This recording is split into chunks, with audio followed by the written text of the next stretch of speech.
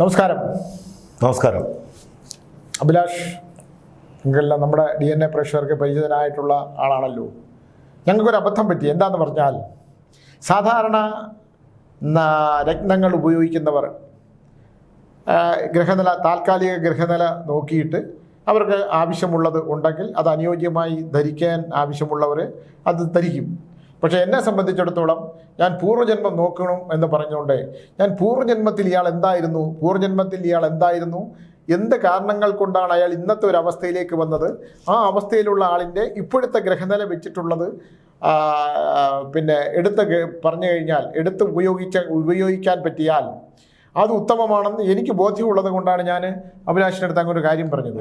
പക്ഷേ അത് ഡയമണ്ടിൻ്റെ കാര്യത്തിൽ മാത്രമേ ഉള്ളൂ. മറ്റുള്ളത് നമ്മൾ ഇന്നത്തെ ഗ്രഹനില, ഇപ്പോഴത്തെ ഗ്രഹനില അനുസരിച്ച് അത് ഉപയോഗിക്കാവുന്നതേ ഉള്ളൂ എന്നുള്ളൊരു യാഥാർത്ഥ്യം കൂടെ ഞാൻ കൊണ്ട് പറയുകയാണ്. പക്ഷേ ഡയമണ്ട് ഉപയോഗിക്കുന്നവരുടെ പൂർവ്വജന്മം എടുത്തതിന് ശേഷം മാത്രമേ, അതിപ്പോൾ ബുദ്ധിമുട്ടുണ്ടെങ്കിൽ അതിൻ്റെ ഡീറ്റെയിൽസ് അയച്ചു കൊടുത്താൽ, ഇല്ലെങ്കിൽ എന്നെ ഒന്ന് വിളിച്ചാൽ ഞാനൊരു സമയം പറയും. ഇപ്പോൾ അടുത്ത മാസം ഫെബ്രുവരി 17, 18 തീയതികളിൽ ഞാൻ തിരുവനന്തപുരത്ത് മുറിപ്പാലത്തടി മാടൻ തമ്പുരാൻ ക്ഷേത്രത്തിൽ 2 ദിവസം, ഇപ്രാവശ്യം 2 ദിവസമുള്ളൂ, 20 പേരെ മാത്രമേ നോക്കുന്നുള്ളൂ എന്ന് വെച്ചു. എനിക്ക് എൻ്റെ കാതിൻ്റെയൊക്കെ ഒരു അവസ്ഥ വെച്ച്, എൻ്റെ ആരോഗ്യ പ്രശ്നങ്ങളൊക്കെ വെച്ചിട്ട് അത്രേ കഴിയുന്നുള്ളൂ.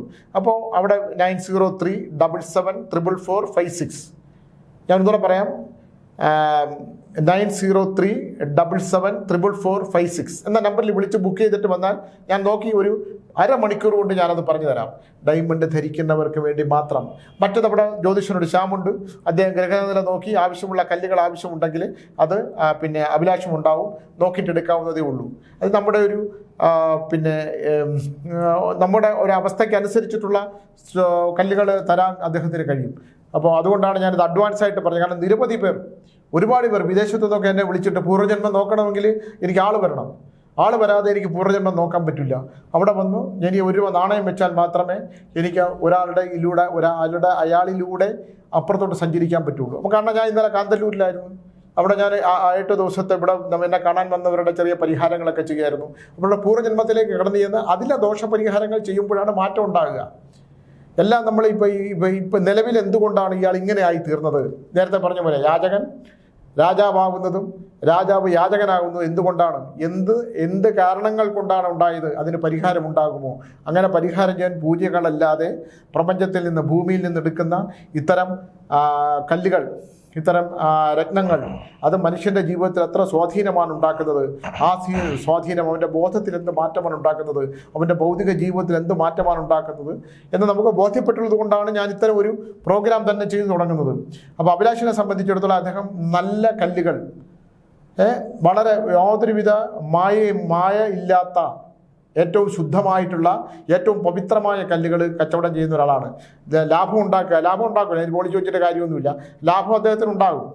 പക്ഷേ ലാഭം ഉണ്ടാകുന്നതിനോടൊപ്പം തന്നെ നമ്മൾ കൊടുക്കുന്ന കല്ലുകൾ, നമ്മൾ കൊടുക്കുന്നത് സർട്ടിഫൈഡ് കല്ലുകൾ ഉൾപ്പെടെ, അദ്ദേഹത്തിന് നല്ല ലൈസൻസും കാര്യങ്ങളൊക്കെ ഉള്ള ആളാണ്. അത് എപ്പോൾ വേണമെങ്കിലും അതിൻ്റെ ഒരു മാറ്റനുസരിച്ചിട്ടുള്ള നമുക്ക് ആവശ്യം, അതിനെന്തെങ്കിലും മാരകമായിട്ടുള്ള വിഷയങ്ങൾ കല്ലിൽ സംഭവിച്ചാൽ അതിനെ തിരിച്ചെടുക്കാനും, എന്ന് പറഞ്ഞാൽ പുതിയ വില നിന്നിട്ട് എടുക്കുക എന്നുള്ളതല്ല, അങ്ങനെ ഡാമേജ് ഒന്നും അങ്ങനെ സാധാരണ സംഭവിക്കാറില്ല.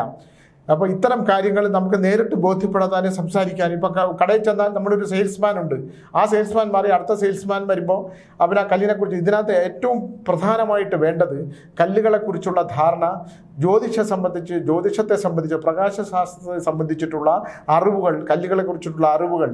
പിന്നെ ഈ സാധാരണ ഒരു ഡയമണ്ട് വേണം, അല്ലെങ്കിൽ ഒരു പുഷ്യരാഗം വേണം, അല്ലെങ്കിൽ യെല്ലോ സഫയർ, ഇതെല്ലാം എന്തൊക്കെയാണ് വേണ്ടത് എന്നുള്ളത് നമ്മൾ കണ്ടെത്തിക്കൊണ്ട്, പിന്നെ കല്ലുകൾ ധരിക്കാൻ പറ്റാത്ത 30% ആൾക്കാരുണ്ട്, അവർക്കിതൊന്നും പാടില്ല. നവരത്നങ്ങൾ വളരെ വളരെ സൂക്ഷ്മമായിട്ട് ചിന്തിച്ച് ധരിച്ചില്ലെങ്കിൽ വലിയ ദോഷങ്ങൾ ഉണ്ടാകും. ഇതൊക്കെ ഒരു പഠന വിഷയമാണ്. ഒരാൾ അത്തരത്തിലൊരു കല്ലുകൾ ധരിക്കാനായിട്ടുള്ള യോഗമുണ്ടോ എന്നാണ് ആദ്യം. അത് ധരിക്കുന്നത് കൊണ്ട് എന്തെങ്കിലും പ്രയോജനം ഉണ്ടാകുമോ എന്നുള്ളതുണ്ട്. അങ്ങനെയല്ലേ? അതാണ് തീർച്ചയായിട്ടും സ്വാമി പറഞ്ഞതിലുള്ളൊരു കാര്യം. നമ്മൾ ഈ ഡയമണ്ട് എന്ന് പറഞ്ഞ സാധനം നമ്മൾ ധരിക്കുക എന്ന് പറയുന്നത് ഒരു മുജ്ജന്മ പുണ്യം തന്നെയാണ്. അത് ഞാൻ ആദ്യത്തെ വീഡിയോയിലും പ്രത്യേകം പറയുന്നുണ്ട്. നമ്മൾ ഡയമണ്ട് ധരിക്കുക എന്നുള്ളത് അതൊരു മുജ്ജന്മ പുണ്യമാണ്. അത് എല്ലാ പേർക്കും ധരിക്കാൻ വേണ്ടിയിട്ട് ഡയമണ്ട് ഓരോ സമയത്തും അവരുടെ ഗ്രഹനില അനുസരിച്ചിട്ടുള്ള മാറ്റങ്ങൾക്കനുസരിച്ച് ശുക്രൻ്റെ സ്റ്റോണാണ് ഡയമണ്ട്. അപ്പോൾ ശുക്രൻ്റെ ഒരു അനുകൂലത ഉള്ള സമയത്തും അതിൽ കൃത്യമായിട്ടുള്ള വിശകലനം നടത്തിയിട്ട് വേണം ഡയമണ്ട് ധരിക്കാൻ. അല്ലെങ്കിൽ ആ ഡയമണ്ട് ധരിക്കുമ്പോൾ ഉണ്ടാകുന്ന പ്രശ്നം ഏറ്റവും കൂടുതൽ നമുക്ക് ഗുണത്തേക്കാളേറെ ദോഷം ചെയ്യും. ഇത് സത്യമായിട്ട് ഞാൻ പഠിച്ച ഗ്രന്ഥങ്ങളിൽ നിന്ന് മനസ്സിലാക്കി പറയുന്നതാണ്. അതുപോലെ തന്നെ അടുത്തൊരു വിഷയം എന്ന് പറയുന്നത്, നമ്മൾ ഈ രത്നങ്ങൾ ധരിക്കുക എന്ന് പറയുന്നത്, ഏത് രത്നങ്ങൾ ധരിക്കുമ്പോഴും അതിന് കൃത്യമായിട്ടുള്ളൊരു സമയവും അതിൻ്റെ കൃത്യമായിട്ടുള്ളൊരു കാലാവധിയും അതുണ്ട്. ആ ഡയമണ്ട് നമ്മളെ സംബന്ധിച്ചിടത്തോളം ശാന്തൻ റോയൽ ജെംസ് ആൻഡ് ഡയമണ്ട്സ് എന്ന് പറയുന്നത് നമ്മളെപ്പോഴും കൊടുക്കുന്ന ഒരു സ്റ്റോണിൻ്റെ ക്വാളിറ്റി, ഹൈ ക്വാളിറ്റി സ്റ്റോൺസ് മാത്രമാണ് ഞങ്ങൾ പ്രൊവൈഡ് ചെയ്യുന്നത്. ഞങ്ങളുടെ കയ്യിൽ ഒരു സ്റ്റോൺ എടുത്താൽ അതിൻ്റെ മൈൻ ഉൾപ്പെടെയുള്ള എല്ലാ കാര്യങ്ങളും ഉൾപ്പെടുത്തിയിട്ടുള്ള സർട്ടിഫിക്കറ്റ് സഹിതമാണ് ഞങ്ങൾ കൊടുക്കുന്നത്.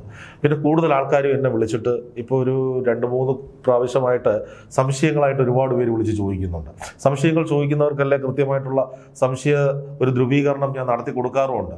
അതിൽ പൊതുവേ ഗ്രഹനില പ്രകാരമുള്ളതായിട്ട് ഒരാൾക്ക് കല്ല് ധരിക്കണം, ആ കല്ല് ധരിച്ചു കഴിഞ്ഞാൽ അയാൾക്ക് മാറ്റം ഉണ്ടാകുമെന്നുള്ളത്, ഞാനൊരു കച്ചവടക്കാരനാണ്, എന്നെ സംബന്ധിച്ചിടത്തോളം ഞാൻ എൻ്റെ ബിസിനസ്സിനെയാണ് ഏറ്റവും കൂടുതൽ പ്രൊമോട്ട് ചെയ്യേണ്ടത്. പക്ഷെ അതിലുപരി ഞാൻ ജനങ്ങളുമായിട്ട് സംവാദം നടത്തുന്ന സമയത്ത് സ്വാമിയുടെ അനുഗ്രഹത്തോടുകൂടി നമ്മൾ സംസാരിക്കുമ്പോൾ നമുക്ക് ബിസിനസ്സിന് ഒരു ആത്മാർത്ഥതയും ബിസിനസ്സിൽ നമുക്കൊരു സാറ്റിസ്ഫാക്ഷൻ ഉണ്ടാകണമെങ്കിൽ നമ്മൾ കൊടുക്കുന്ന സ്റ്റോണുകൾ അവർക്ക് ഗുണമുണ്ടാവണം. ആ ഗുണമാണ് ഞാൻ കൃത്യമായിട്ട് ഓരോ ഗ്രഹനില പ്രകാരം അവർക്ക് എന്താണ് വേണ്ടത്, അവർക്ക് എത്ര ക്യാരറ്റ് അവരെ കയ്യിലേക്ക് ഇട്ട് കഴിഞ്ഞാൽ അവർക്ക് ഗുണമുണ്ടാവും, മാറ്റം ഉണ്ടാവും. നമ്മളെ ധരിച്ചിട്ട് നമ്മളെ വിളിച്ച് മാറ്റം ഉണ്ടെന്ന് പറയുന്നവർ കൂടുതലുള്ളത് കൊണ്ടാണ് എനിക്ക് നിങ്ങളുടെ മുമ്പിൽ നിന്ന് ഇരിക്കാൻ പറ്റുന്നത്. അത് ദൈവികമായിട്ട് ഞാൻ ദൈവത്തെ പോലെ കാണുന്ന എൻ്റെ രക്തങ്ങളെ ഞാൻ സ്നേഹിക്കുമ്പോൾ അതെന്നെ സ്നേഹിക്കുന്നു. അതിൻ്റെ കൃത്യമായിട്ടുള്ള കാരണങ്ങൾ മനസ്സിലാക്കി വിവിധ സ്ഥലങ്ങളിൽ 1 കാരറ്റ് ധരിക്കുന്നവർ, 2 കാരറ്റ് ധരിക്കുന്നവരൊക്കെ വരുമ്പോൾ ഞാൻ ഇന്ന് മുഖ്യധാരയിൽ നിന്ന് പറയുകയാണ്, ആ 1 കാരറ്റോ 2 കാരറ്റോ രത്നം ധരിച്ചത് കൊണ്ട് നിങ്ങൾക്ക് ഗുണമില്ല എന്ന് എൻ്റെ അഭിപ്രായം ഞാൻ പറയുമ്പോൾ അത് ഞാൻ മനസ്സിലാക്കിയതാണ് ഞാൻ നിങ്ങളോട് പറയുന്നത്. ഞാൻ മനസ്സിലാക്കിയ കാര്യങ്ങളെക്കുറിച്ച്, രത്നങ്ങൾ ധരിക്കുമ്പോൾ ആ രത്നത്തെക്കുറിച്ച് ഭൂരിഭാഗം ആൾക്കാരും എന്തിനാണ് രത്നം ധരിക്കുന്നത്? ഒരു ഫാൻസിക്ക് വേണ്ടിയിട്ട് ധരിക്കുന്നതല്ലല്ലോ. എന്തെങ്കിലും ഗുണമുണ്ടാകട്ടെ, നമുക്ക് നല്ലൊരു ഗുണം ഉണ്ടാകുമെന്ന് പറഞ്ഞാണല്ലോ ധരിക്കുന്നത്. അപ്പോൾ അത് ധരിക്കുമ്പോൾ രത്നങ്ങളുടെ പേരും കൂടി മോശമാവരുത്. രത്നങ്ങൾക്ക് അതിൻ്റെതായിട്ടുള്ള മൂല്യവും വിലയും ഉണ്ട്. അതിനെ മോശമാക്കുന്ന പ്രവണതയിലേക്ക് ഞാൻ കല്ല് ധരിച്ചിട്ട് എനിക്ക് ഗുണമില്ല, തെറ്റാണ്. കല്ല് ധരിക്കേണ്ട രീതിയിൽ ഒരു രത്നം ധരിച്ചാൽ ഗുണമുണ്ടാകും. ഇത് DNA ചാനൽ വന്നിരുന്ന് വെറുതെ പറയുന്നതല്ല. ഗുണമുണ്ടാകുമെന്നുള്ള അഭിപ്രായവും സ്വന്തം ജീവിതത്തിൽ നിന്ന് ബോധ്യപ്പെട്ട ആൾ തന്നെയാണ് ഞാൻ പഠിച്ചിട്ടുള്ള എല്ലാ ഗ്രന്ഥങ്ങളിലും കല്ലുകളെക്കുറിച്ച് പൂർവാധികം അറിവൊന്നുമില്ല. എന്നാലും ഞാൻ ഇതുവരെ ഗ്രഹിച്ച് പഠിച്ചിട്ടുള്ള കാര്യങ്ങളിലെല്ലാം വെച്ച് ഞാൻ പറയുന്ന കാര്യങ്ങൾ വ്യക്തമായ അറിവിൻ്റെയും വ്യക്തമായ ധാരണയുടെയും അടിസ്ഥാനത്തിലാണ് ഞാൻ ഓരോ കാര്യങ്ങളും പറയുന്നത്. രത്നങ്ങളെക്കുറിച്ച് നിങ്ങൾ എന്ത് ചോദിച്ചാലും പറയാനുള്ള, അല്ലെങ്കിൽ രത്നങ്ങൾ എങ്ങനെ ധരിക്കണമെന്ന് പറയാനുള്ള വ്യക്തമായ ബോധ്യം ഉള്ളതുകൊണ്ടാണ് ഞാൻ എൻ്റെ കസ്റ്റമറായിട്ടുള്ള ആൾക്കാരുടെ അടുത്ത് എപ്പോഴും രത്നങ്ങൾക്ക് അതിൻ്റെതായിട്ടുള്ളൊരു മൂല്യം കൊടുത്തുകൊണ്ട് ധരിക്കണമെന്ന് പറഞ്ഞത്. അപ്പം നമുക്കൊരു രക്തം നമുക്ക് രക്തം ധരിക്കണം എന്ന് പറഞ്ഞ് വിളിച്ചു. ആ രക്തം യെല്ലോ സഫയറാണ് ഒരാൾക്ക് ധരിക്കേണ്ടത്. എനിക്കൊരു കോൾ വന്നതാണ്, യെല്ലോ സഫയർ ധരിക്കണം. ആ രക്തം ധരിക്കണമെങ്കിൽ എനിക്ക് അവർക്ക് പ്രിഫർ ചെയ്യാൻ പറ്റുന്നൊരു, അവരുടെ ഭാരം 118 കിലോയാണ്. അപ്പം ഞാൻ അവർക്ക് പ്രിഫർ ചെയ്തത്, നിങ്ങൾ 21 ക്യാരറ്റിൻ്റെ യെല്ലോ സഫയർ ധരിക്കണം. എത്ര? 118 കിലോയാണ് ഒരാൾ എന്നെ വിളിച്ചിട്ട് പറയുകയാണ്. അപ്പോൾ ഭാരം അവർക്ക് യെല്ലോ സഫയറാണ് ധരിക്കേണ്ടത്. പിന്നെ മുത്തും ധരിക്കാം. മുത്തു അവരുടെ ഇപ്പോൾ സമയം ഇതനുസരിച്ച് മുത്തും ധരിക്കാൻ പറ്റും. പക്ഷെ മുത്ത് ധരിച്ചു കഴിഞ്ഞാൽ കഴിയുന്നതിനെക്കാട്ടി കൂടുതൽ യെല്ലോ സഫയർ ധരിക്കുമ്പോഴാണ് ഗുണം കൂടുതൽ ഉണ്ടാവുന്നത്. അപ്പം 118 കിലോ ഭാരമുള്ള ഒരാൾ യെല്ലോ സഫയർ ധരിക്കുമ്പോൾ തടിക്ക് വ്യത്യാസം ഉണ്ടാവും. അയാളുടെ തടിക്ക് വ്യത്യാസം തൊട്ട് അയാളുടെ മാനസികമായിട്ടുള്ള ചിന്താഗതിക്കും അയാൾക്കൊരു പോസിറ്റീവ് എനർജി ഉണ്ടാവും. അയാളുടെ ശരീരത്തിൻ്റെ ഭാരം തന്നെ ക്രമേണ എക്സർസൈസ് ചെയ്യാതെ കുറയില്ല എന്നുള്ളതല്ല. നമുക്ക് യോഗ ചെയ്യുന്നവരെങ്ങനെയാണ് എക്സർസൈസ് ചെയ്തിട്ടാണ് കുറയുന്നത്. യോഗ അഭ്യസിക്കുന്നത് എന്തിനാണ്? നിങ്ങളുടെ ശരീരത്തിൽ നിങ്ങളുടെ ഓരോ ബ്രീത്തും ഓരോ ചലനങ്ങളും കൃത്യമായിട്ടുള്ള രീതിയിൽ നടത്തുമ്പോൾ ശരീരഭാരം കുറയുന്നില്ല.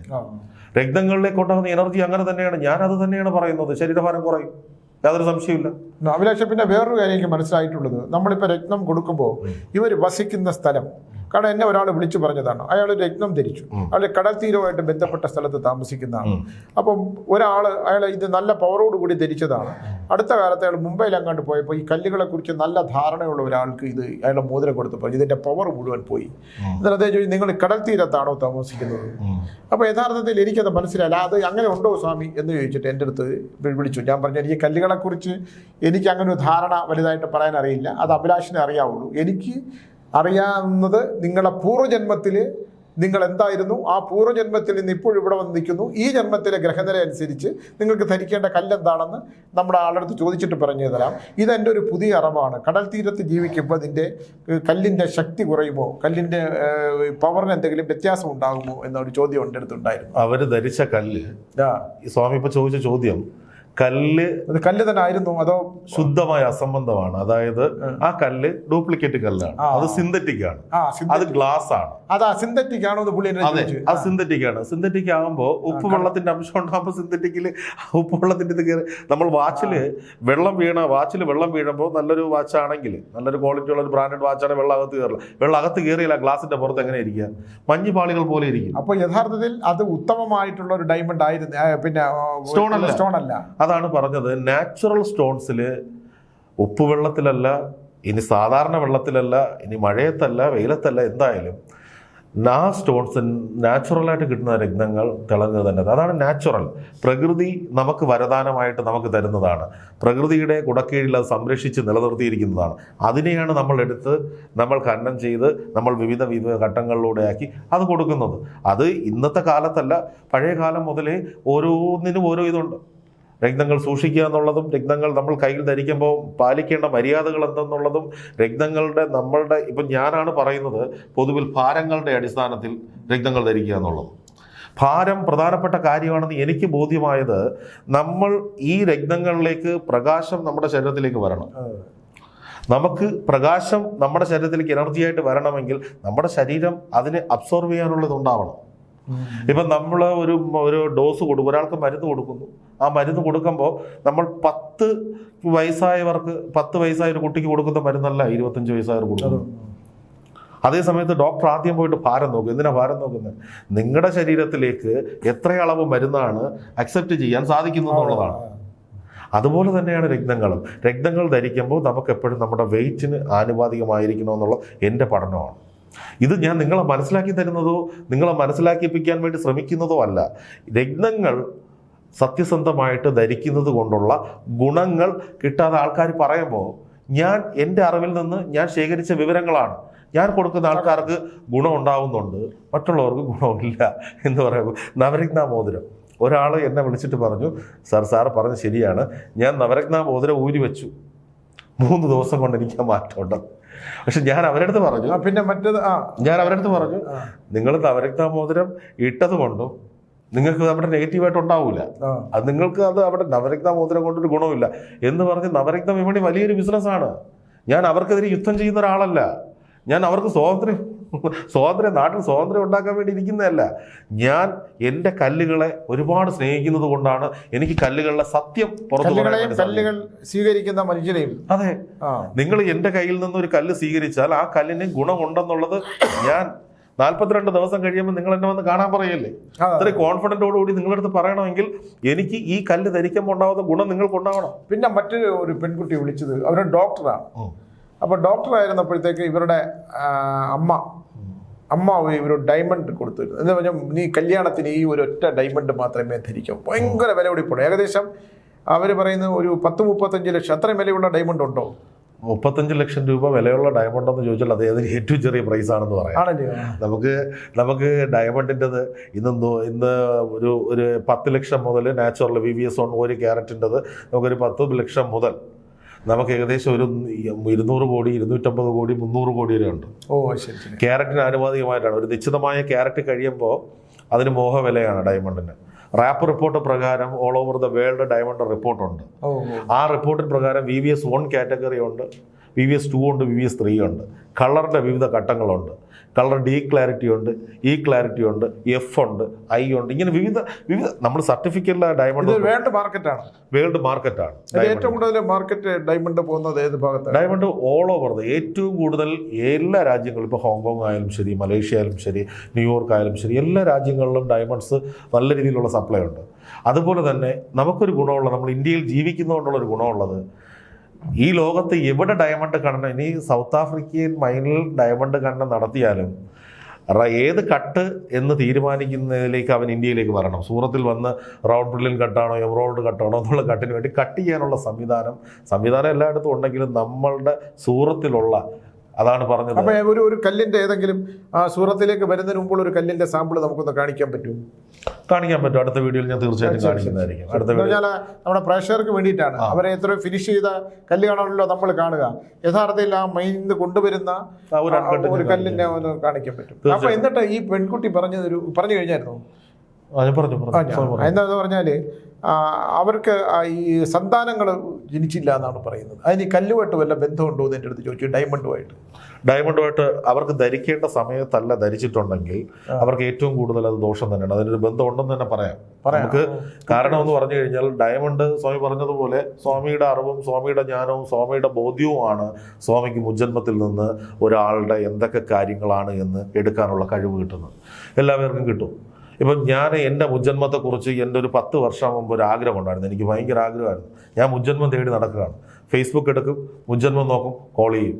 എനിക്കറിയില്ല, നമുക്ക് ഓരോ സമയത്തും നമ്മളെ ഈശ്വരൻ സംരക്ഷിക്കുന്നത് പോലെ നമുക്ക് ഒരു ഗുരുനാഥനായിട്ടോ അല്ലെങ്കിൽ നമ്മൾ ചിന്തിക്കുന്ന കാര്യം നടക്കുന്നതായിട്ടോ, അതാണ് യൂണിവേഴ്സൽ ലോ. അതുപോലെ സ്വാമിയെ കണ്ടപ്പോഴാണ് എൻ്റെ മുജ്ജന്മത്തെക്കുറിച്ചും എൻ്റെ കാര്യങ്ങളെക്കുറിച്ചും ഒക്കെ എനിക്ക് വ്യക്തമായി ബോധ്യമാവും. എല്ലാവരും തഞ്ചാവൂർ പോകാൻ പറയും. തഞ്ചാവൂർ മുജ്ജന്മം എടുത്തു കഴിഞ്ഞാൽ അച്ഛൻ്റെയും അമ്മയുടെയും ചേട്ടൻ്റെ ഒക്കെ പേര് പറയുമെന്ന് പറഞ്ഞു. ഞാൻ തഞ്ചാവൂർ പോയിട്ട് കണ്ടില്ല. എൻ്റെ അടുത്ത് അച്ഛൻ്റെയും പറഞ്ഞില്ല, എൻ്റെ അടുത്ത് അമ്മേരെയും പറഞ്ഞില്ല, എൻ്റെ അടുത്ത് ചേട്ടൻ്റെയും പറഞ്ഞു. അത് അഭിലാഷിന്റെ മുൻജന്മം കണ്ടുപിടിക്കാൻ ഇത്രയും ബുദ്ധിമുട്ടുണ്ട്. കാരണം പൂർവ്വജന്മത്തില് ഈ ആത്മീയമായി സഞ്ചരിക്കുന്നവരുടെ പൂർവ്വജന്മം കണ്ടെത്തണമെങ്കിൽ നല്ല ഉപാസന ശക്തി ഉണ്ടെങ്കിൽ മാത്രമേ പറ്റൂ. അതുകൊണ്ടാണ് അത് കഴിയാത്തത്.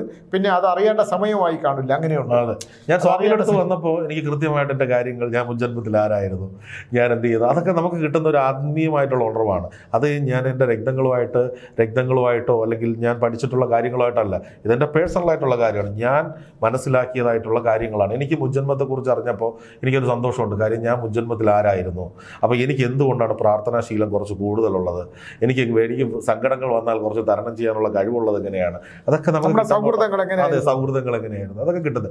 പക്ഷെ ഞാൻ എൻ്റെ രക്തങ്ങളെ കുറിച്ചിട്ട് ഞാൻ പറയുന്നത്, എനിക്ക് ഏറ്റവും കൂടുതൽ ആഗ്രഹമുള്ളതാണ് എൻ്റെ രക്തങ്ങൾ. ഞാനൊരു പൊതുപ്രവർത്തകനാണ്. ഞാൻ രക്തങ്ങളെക്കുറിച്ച് സംസാരിക്കുകയും രക്തങ്ങളെക്കുറിച്ചുള്ള എൻ്റെ അറിവ് ഞാൻ നിങ്ങൾക്ക് പകർന്നു തരികയും ചെയ്യുന്നത് വേറെ ഒന്നും കൊണ്ടല്ല. രക്തങ്ങളെന്ന് പറയുന്നത് നമ്മളൊരു വിലപിടിപ്പുള്ള രക്തം ഒരാൾ മേടിച്ചു. ആ രക്തം മേടിച്ച് അയാൾ ധരിച്ചു കഴിഞ്ഞാൽ, നമ്മൾ ധരിക്കുന്നു, നമ്മൾ പൈസ കൊടുത്ത് മേടിക്കുന്നു, നമ്മൾ ധരിക്കുന്നു.